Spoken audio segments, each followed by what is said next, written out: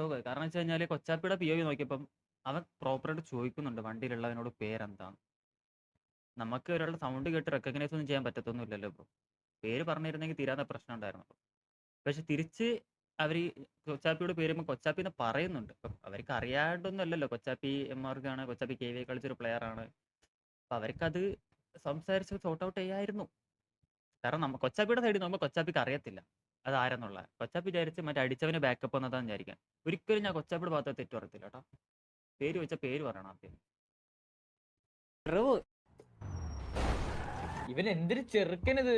അത് തീർന്നു കേട്ടോ. വണ്ടി ഇറങ്ങി പിങ്ങൊന്നുമില്ല. റേഡിയോ ഡിസ്കൗണ്ട് ചെയ്തേ. അവനെ ഹോസ്റ്റ് എടുക്കണം. ഹോസ്റ്റ് എടുത്താ കേറി കേറി കേറി കേറി ഹോസ്റ്റേ എടുക്കുന്നുണ്ട്. ലാസ്റ്റ് വേണമെങ്കിൽ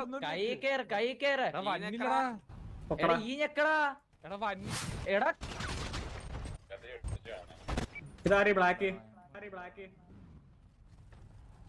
ഹലോ ഇതാരാ ഹലോ ഹലോ പറ എന്താ എന്താ ഇതാരി?